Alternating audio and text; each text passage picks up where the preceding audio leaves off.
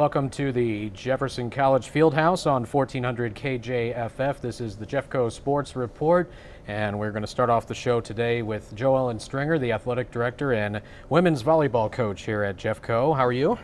Tired, as usual. It's been kind of a different day, I suppose, for you today. You guys had classes off and a lot of meetings and that kind of thing today. Meetings and just stuff to try to take care of and practice. You had an early practice today, too. Yes. You got finished, what, around 3 or so, somewhere in there? About 3, yeah, 3:30, and then had another meeting, so. You've, yeah, another meeting. Lots of meetings. This is kind of a scheduled, I guess, kind of meeting day, I guess, for the college, for the most part. Yeah, it's a work day, and I know one of the parents just asked me why we were having in the middle of the week, and I said, well, because we end up missing a lot of Monday, Friday classes because of holidays that naturally fall on a Monday, and so the schedule and your lectures get all uneven, and so if we have an opportunity to make the schedule for those work days, we try to do it on a Tuesday, Thursday, so that the students won't miss the same classes over and over again. That makes sense. You are trying to get the team healthy again. Ya-Chin's been out for you with a sprained ankle, and how close is she to returning? She's almost there, but certainly not full speed. Her lateral movement is really affected. She still has a lot of swelling in that ankle. She did a good job of spraining that, and so we don't want to push her. We want her strong for regionals, and so we don't want to take a chance on putting her on the court too early, but at the same time we don't want to wait too long either. So we're kind of guessing. We might put her in a little bit tomorrow night, but she may not play at all. Well, you didn't use her last week when you went to Mineral Area, and you got through it in 3 straight. So obviously the girls played well without her. Yeah, they're adjusting, and like I said, it's not really necessarily a bad thing. It certainly allows us to improve our depth and let those kids have court time. So certainly that part of it is strong. We just like to have everybody healthy for a change. Yeah, that's something that has unfortunately kind of hurt you a couple of times in your coaching career, and a lot lately, unfortunately. Yeah, well, it's something you deal with. Sure. It's just part of the whole process. I mean, I think even when a pro, as many things as barriers as they have, the pro athletes in a second can change what you can do as a team. So you just have to pick yourself up, dust yourself off, and try to do the best you can, because other people are going through the same thing too. And the good news is the team, like you said, is adjusting well without her. They're figuring things out. When she's not there, everybody kind of figures out what they have to do, what their role is. And your middles are key. They are involved in every block, and so that's huge. Next to the setter, that's the hardest thing that you can lose on a team. But it just seems like we've been without someone throughout since the first of the season. Someone's been hurt or ill or whatever. So it would be nice to get them all back and see what they could do if we had the whole starting lineup on the court. Hopefully that'll come around the time that region comes Hopefully. around. Yeah, you'd think that a sprained ankle for somebody that's as active as Ya-Chin is one thing, but it's something that probably shouldn't really hamper her the rest of the season. But there's a lot of recovery time. Absolutely, it weakens the ankle, and like I said, with middle blockers, there's so much jumping and there's so much lateral movement that we might even be able to put her on the court someplace else besides middle. So we'll just see.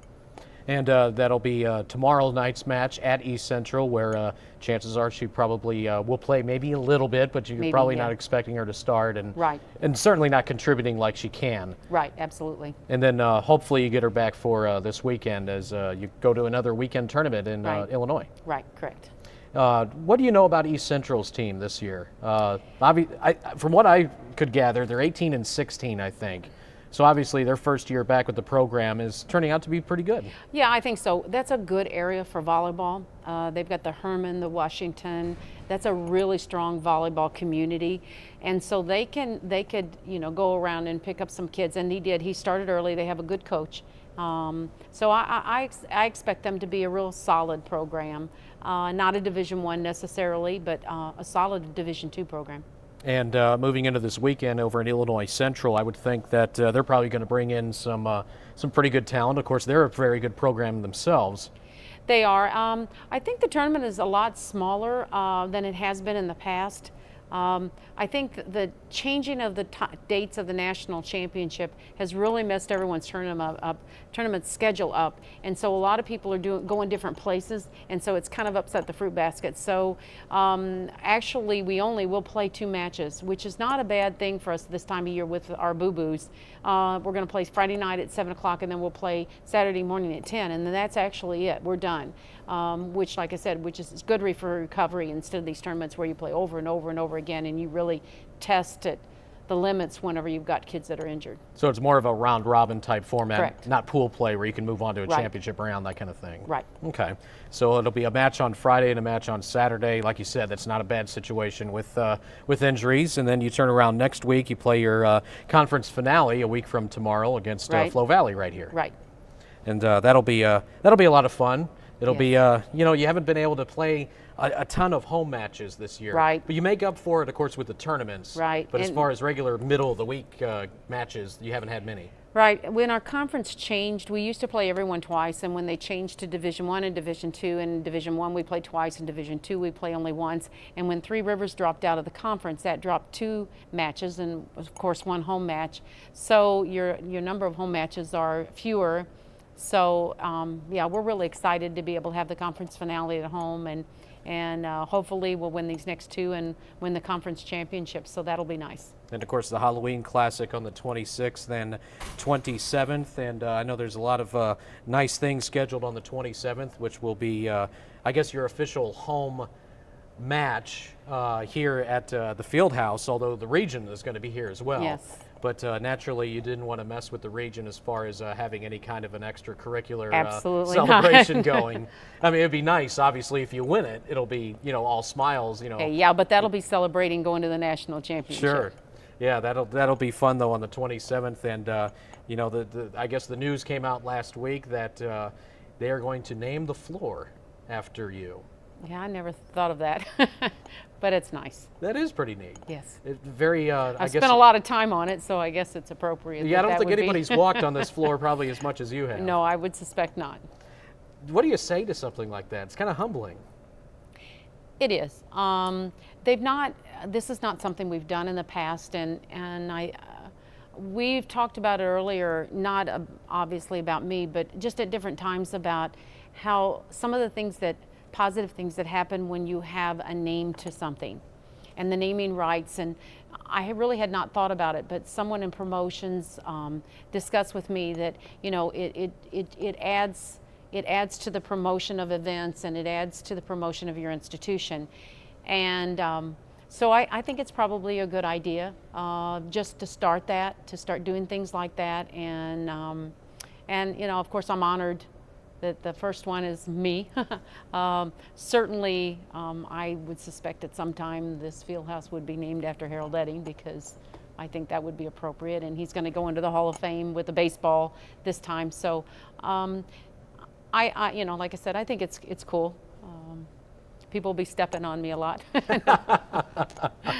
That's kind of ironic, I guess, when you think about it. Well, I know the idea first came to me, and I was told about it several weeks back by Coach Emerick. Apparently, it started with your fellow coaches in the athletic department. They're the ones that started it and wanted to get the ball rolling as far as this happening. And obviously, it says a lot. About your athletic staff, the other coaches of the other programs to want to get this done in honor of you. I think that's, people ask me, they know I'm retiring from coaching, and they said, well, are you sure you want to do that? And I do, because this is a great place to be.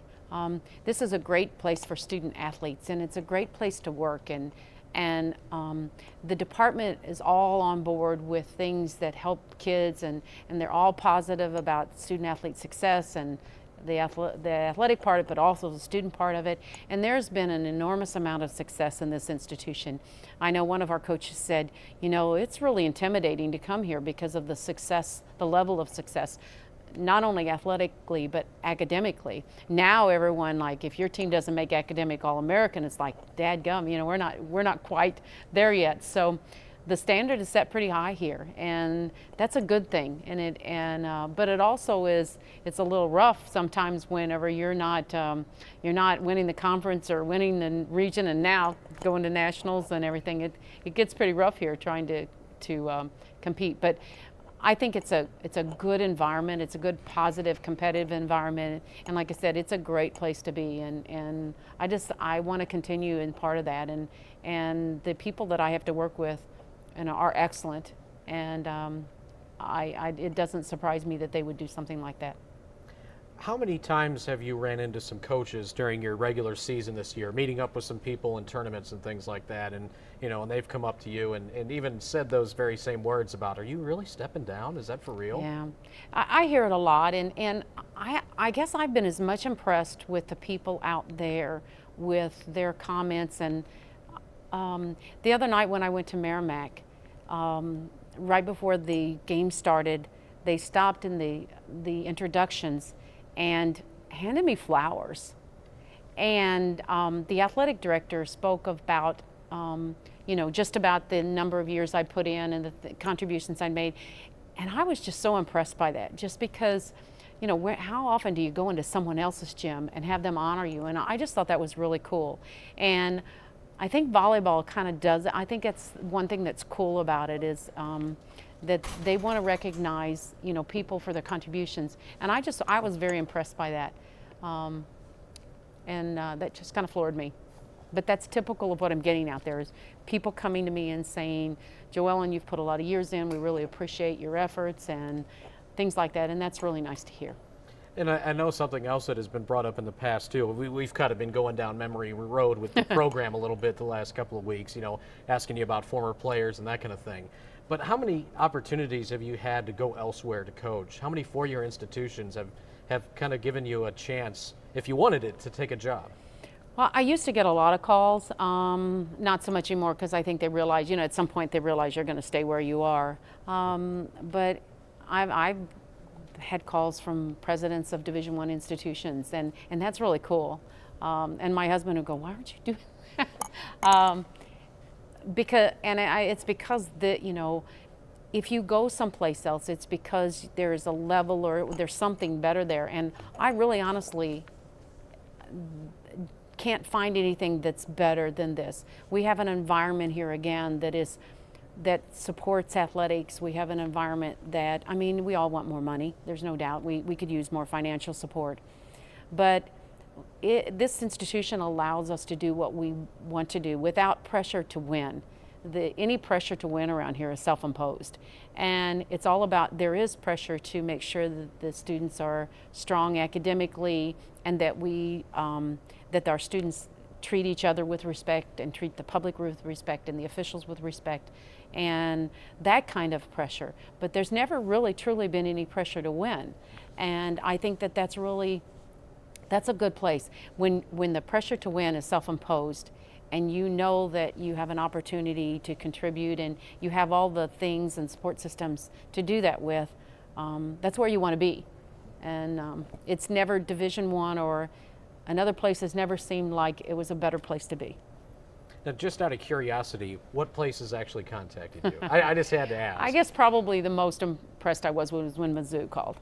I think that was probably the biggest one, I guess. Probably the most intriguing in a way to you. The one that said, well, wait a minute. Yeah, that was the one I guess you had to think about maybe a little bit more. That's the state institution.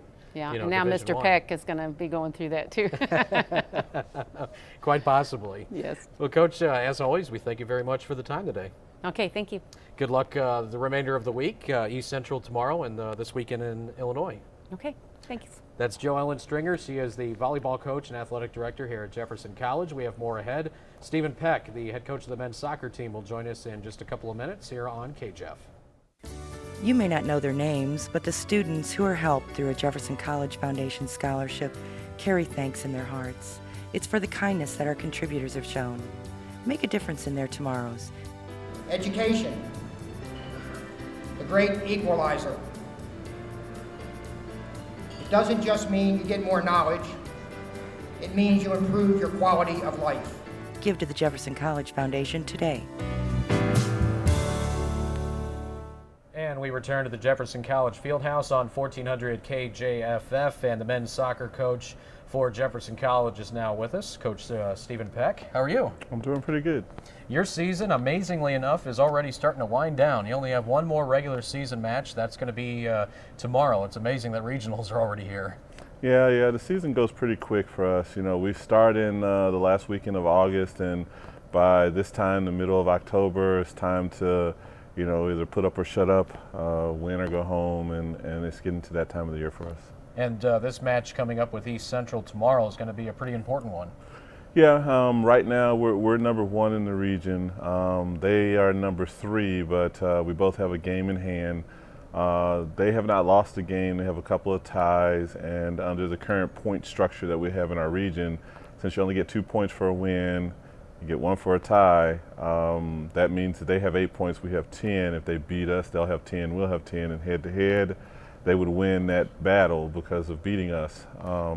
But you know, I'm hoping that the guys can come out and get a victory tomorrow.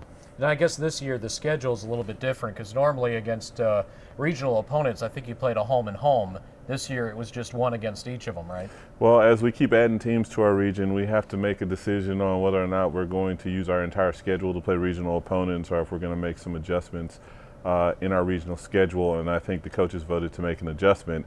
You can play twice because we are in a conference and a region. The first competition always counts as regional. The second one counts for conference. If you play them once, that game counts for both. So I just decided to play everybody once so that we could get out, travel, play some of the better teams around the country to try and make sure my guys were ready for postseason. Now, lately you guys have been very busy. You've played a lot of very good big games. In fact, earlier this month you went down to the Richland Showcase in Texas and you won 2 out of 3 there, including a win at that time over the #1 team in the country, San Jacinto. Yeah, I think the guys were pretty focused on going down and trying to prove that they were still one of the top teams, one of the teams to be contended with in the United States, that they intended to do everything they could to try to defend their national championship from last year. And that opening game was pretty big for us. It impressed a lot of 4-year coaches, brought more coaches out for the next night where we didn't show as well. But you know, the word has gotten around, and I think if we are fortunate enough to make another trip to nationals, the sophomores this year will have no worries, just like the guys last year, about where they're going to be going to school at next year. Was the Tyler game, I mean, not only was Tyler a very good team, they were also in the top 10 in and nationally ranked, but was there just kind of a letdown from that game after beating the #1 team the night before? You know, I think it comes right down to we had to turn around 24 hours later and play. They didn't have to play on Thursday because the team didn't show up to the showcase down there. And it's tough. You play 2 ranked opponents, and you know, you get up for one game, you play really well, and then you just don't have the same legs the next night to be able to bounce back. And the other team, you know, had a light practice the day before, then came out ready to go. And it's like I told the guys all year, anyone who comes out and gets a win against us, it'll be all over their website 5 minutes after the game is over that they beat the defending national champion. So, and that was the situation with Tyler. And I mean, they played 2 or 3 games after that, and they still left that little press line up on their website that they beat us. But it just goes to show that it doesn't matter what the circumstances are. You have to come out and you have to be ready to play every night. Hopefully making it back to nationals, if we run into a Tyler or any of the ranked teams that happen to make it, they don't have a choice but to play the night before. So it's more of a level playing field. And then you finished it with a win over Richland, which is a very good Division III program. Absolutely. They won 4 out of the last 5 national championships at Division III. Really, they had the talent to play Division I and were Division I for a long time, but since they don't give scholarships down there, they just are a hotbed for soccer in the United States, and they have a lot of players in that area, enough for the D1 programs to get some, for Division II, NAI, D3, you know, all the way down the list, and then they still have a huge population down there that will go to Richland and be able to win national championships there. And following that, you got wins over Lincolnland and Lincolnland just a couple of days ago, actually, and then that leads us up to your match tomorrow. Yeah, we kind of came back from Dallas feeling like, you know, we had established the level we needed to be able to play at going into the postseason. And the Lincoln Land game, we were winning 5-0 with 3 minutes left to go. And we had a couple of defensive letdowns from some of the guys that I sub in the games, and score ended up 5-2. The other day, Sunday, we went up to Lincoln College, and we played DuPage, which is the team we played in the national semifinals last year. And it was red cards, just like it was against Tyler, that kind of put us down. But the guys showed a lot of heart with 9 guys on the field. Second overtime, had been playing almost 50 minutes with only 9 guys, and were able to score 2 minutes into the second overtime. And at that point, I'm just hoping that we don't give up a goal, that we can get out there with a tie, and we ended up winning the game. So I think the guys are understanding what it's going to take for them to be able to get some results in the postseason. Yeah, that's obviously a very big win. That was Sunday, as a matter of fact, the win against College of DuPage. Depending on the course on the game you got coming up with East Central tomorrow, depends on when you'll play in the region. If you win the game, obviously you won't have to play until the semifinals, which will be next week on Tuesday, and could quite possibly you could be hosting that game. Yeah, right now we're in a position where we're going to host the semifinal game, and if we end up having to play the quarterfinal game, we would host that game as well. I feel like our guys are playing at a good enough level that they probably shouldn't lose the game tomorrow, but it is a game. You have to show up to play. Doesn't matter what happens on a piece of paper, it just matters what happens on the field, and anything could happen. A lot of teams this time of the year, if they score early, they will just defend like crazy, trying to get a win late. So it's going to be incumbent on us to make sure that we don't give up that first goal, and that we're successful in our attack to be able to score goals tomorrow. Do you feel good about where the team is right now as you head into postseason? Yeah, I think that we've come a long way, because we have a very young group of freshmen that came in, and I think they've matured as players and as student athletes here throughout the last 2.5 months, and it's encouraging to know that with respect to the players that we have that are freshmen, that they are able to make such a quick turnaround. So, looking at tomorrow, I'm pretty satisfied that we'll be able to get a win tomorrow. At the worst, if we get a tie, we still get the #1 seed. And I think that these guys will do very well in the postseason. All right. Well, it sounds like things are going well, and I hope the postseason is going to be good to you, just as it was last year. Looking at the cap, of course, that Coach Peck is wearing, last year's national champs, 2006 at JCA, national champion Jeffco Vikings soccer team, and hopefully 07 is going to be just as good. And thanks a lot for the time, Coach. Anytime. Thank you. That's Steve Peck. He is, again, the head coach of the men's soccer team here at Jefferson College. We've got more ahead. Kevin Emerick is scheduled to join us next, as we'll return in just a few minutes on KJFF. Welcome to Automotive Technology at Jefferson College, where students learn important industry skills every day. I'm really interested in automotive, pursuing it as a career. Jefferson College has all the great tools, books, everything you're going to need in your career. Their instructors are great, and it is really interesting learning every, different parts of the car. Jefferson College offers outstanding instructors teaching in state-of-the-art classrooms. The automotive shop area has the latest in precision tools. I believe one of the strongest parts of our program for Jefferson College students is we do not let the student leave until they understand the processes involved. We work with the students one-on-one until they are comfortable enough in the knowledge they have and the skill level that they have, that they can perform at industry level. Instruction includes brake jobs, machining drum and rotor, tune-ups, engine repair, cylinder head work, wheel alignment, and electrical work. I was very impressed with the professors here. I talked to both of them. They were very awesome. I like the fact that the campus is very close to home and it's affordable. And the employers that I talked to were very impressed with Jefferson College students. Jefferson College graduates get jobs in their field. The Automotive Technology Department has a 95% success ratio with graduates working at many companies throughout the area. What the employer was looking for was people with fresh minds that know the new technology and all those things I learned here at Jefferson College. Discover your future with automotive technology at Jefferson College.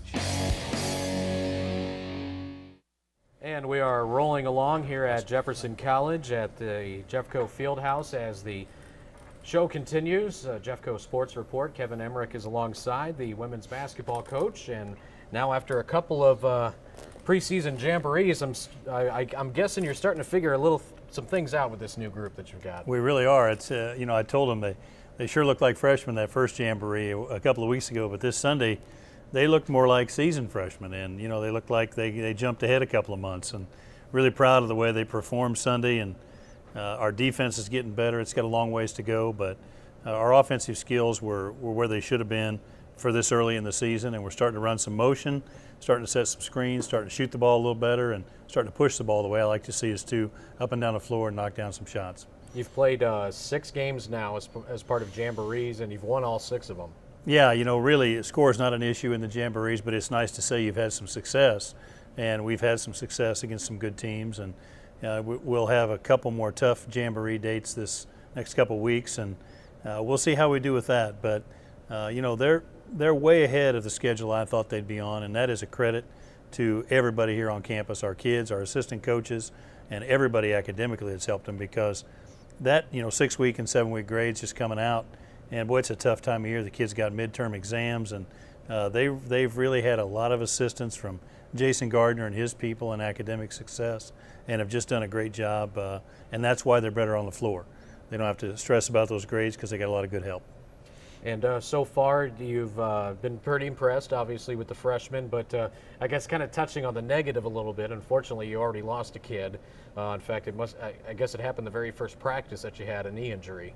Yeah, we did. We lost a girl to an ACL first week of practice, and we've got a set of twins, Shay and Trish Williams from Kansas City area, and they played at Bishop Miege High School and won a state championship there in Kansas. And she had actually done her other knee in high school and got hurt and come back off that great.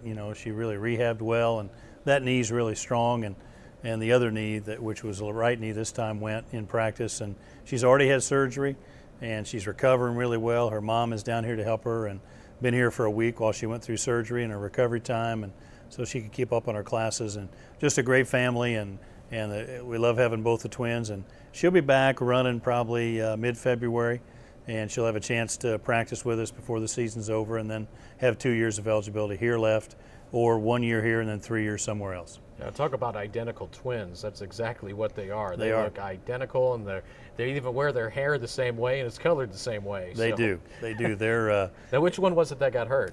Trish got hurt, Trish. and okay. There was a little difference in them as far as on the court.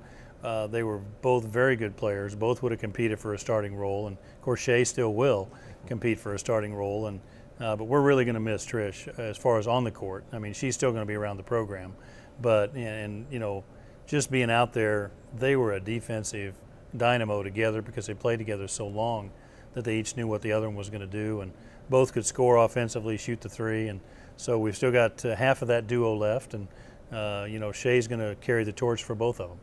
And now you go from having 12 on your roster to now 11, so things get a little bit more chippy, but as long as the kids stay healthy, I mean, everything should be okay, because like you alluded to when we spoke a couple weeks ago, everybody on this team is going to play a lot. Yeah, I think everybody will contribute. I mean, that's just the nature of junior college and long season, a lot of games. You're going to have some bumps and bruises now and then, and academics are going to take their toll because these kids work hard on that, and so we need everybody we've got. And it was an exceptional weekend for us. They've had a good day of practice this week, and they came out of the weekend really positive, and we're happy about that. And folks can come out this Sunday, as a matter of fact, to see you play in a scrimmage, a preseason scrimmage against Rend Lake. Yeah, we're playing Rend Lake here at home, and that's on our schedule. The time is 1:30, and so that'll be our third jamboree, so to speak, and we'll probably go 3 halves, or it'll be an extended game, so we get a lot of practice that day, and then we go to Vincennes the next weekend. And that'll be right here on Sunday again, Rend Lake and Jeffco playing in a scrimmage that's open to the jamboree, public, right? Yeah, sure. So should be a lot of fun. Everybody can kind of get an early look as to what people can expect to see from your team this year. Yeah, we know the coach at Rend Lake real well. He's a third-year coach, Glenn Box, and Glenn used to be on the men's side down there coaching, and they're long and they're athletic, and they press the floor really well and up the floor, and so they're going to give us a look we haven't had yet, and that's exactly what we need to get ready for that opener against Swick in about 3 weeks. Is a good test against Rend Lake. Yeah, the season opener will be on November the 6th right here at home. I guess 7 o'clock start, I'm assuming, right? Yes, it is. 7 o'clock against Swick here at home on Tuesday the 6th. That'll be the season opener after a 30-win season last year. I'm sure a lot of people ought to be very excited about what's going to be out there again this season. We're excited about it, and somebody told me the other day, I don't care how many you lose as long as you win 30. And I said, well, our goal is like it is every year, to compete, get better every day. And we want to win 20 every year. We want to win the region, and we want to be successful as much as we can be. But just to have a chance to get better in February and March, make a run at a region championship, and have a chance to compete out at Salina. What teams have you seen at Jamborees as far as the region? Have you gotten to see a couple of them? You haven't faced a lot of them head-to-head, obviously. That's probably by design. Yes. But you've probably seen a lot of them. Well, it's similar to last year. I would say, if anything, State Fair's a little better early. And, they had injuries last year, so we didn't really see their potential last year. Three Rivers is very deep and really good at the guard. Mineral Area is very similar, very big and athletic and very competitive at the guard position, and he's got sophomores. So they're going to be really good next year, or this year coming up compared to last year. Crowder we've seen. She's got a nice team. They're not as deep as they were probably a year ago, but she's a first-year coach, and they're going to compete. She's a Southwest Missouri grad that took the job there and is going to do an excellent job. So we know they're going to be competitive. So there's a lot of good teams, and it's going to be a tough go. Moberly's probably as deep or deeper than they were last year. We've seen them play. They're longer and more athletic and a little bit deeper, so they're going to be a good team. And I'd have to put State Fair in there, at the top of the region right now, with the rest of us as also Rands right now, and in a pack behind State Fair just because of their depth. And they seem to really have good guards and a lot of guards they can run at you, and they pressure the ball well. So Darren's got an advantage like he did last year, and that didn't keep us from being successful. It just meant we had a lot of work to do. Well, you're 2 weeks into your regular session practices. What's the big focus on right now after a couple of jamborees and a couple of opportunities now to see your team get out and actually play in game situations? That's a great question. I mean, that's exactly what we're trying to figure out. And certainly we need work on our defense because, as you know, we put our offense in first. We work on it more than we do our defense. And so at this time of year, the defensive deficiencies start showing up. And so the kids really decide at that point, Coach, we need to get better on defense. And defense is harder. It takes a little more physical effort. So we think you want your kids coming to you about this time of year saying, hey, we need to get better on defense, because then they buy in practice and we can start working on getting up the line and boxing out, pushing the ball to a side, doing some of the things we do that really, really take a lot of effort in practice, and we've got their support in doing that. So offense is more fun, but it's also a lot of hard work, and the way we do it, we want them to get out and run and push the ball, and so we're doing those things pretty well for early.